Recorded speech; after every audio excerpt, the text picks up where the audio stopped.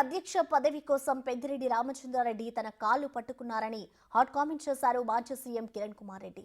ముఖ్యమంత్రి పదవి కోసం తాను కాంగ్రెస్ పెద్దల కాళ్ళు పట్టుకున్నారని మంత్రి రామచంద్రారెడ్డి చేసిన వ్యాఖ్యలకు కౌంటర్ ఇచ్చారు ఆయన.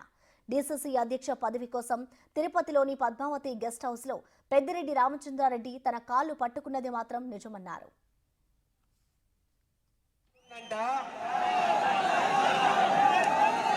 నేను ఎవరో కాళ్ళు పట్టుకుంటే ముఖ్యమంత్రి అయ్యానట. ముఖ్యమంత్రి అయ్యే అర్హత రామచంద్రారెడ్డికి ఉందా? ప్రజలను మంత్రిగానే ఇంత హింసిస్తుంటే ఇటువంటి వ్యక్తి ముఖ్యమంత్రి అయ్యే అర్హత ఉందా? ఒక్కసారి ఆలోచన చేసుకోండి.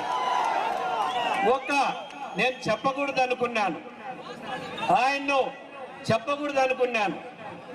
నేను పద్మావతి గెస్ట్ హౌస్ లో రాత్రి 11 గంటలకు డిసిసి ఎలక్షన్లు వచ్చినప్పుడు 50 మంది నా నియోజకవర్గం వాళ్ళు నేను కూర్చొని ఉంటే రాత్రి 11 గంటలకు ఇదే పెద్దిరెడ్డి రామచంద్రారెడ్డి వచ్చి నా కాళ్ళు పట్టుకొని నన్ను డిసిసి ప్రెసిడెంట్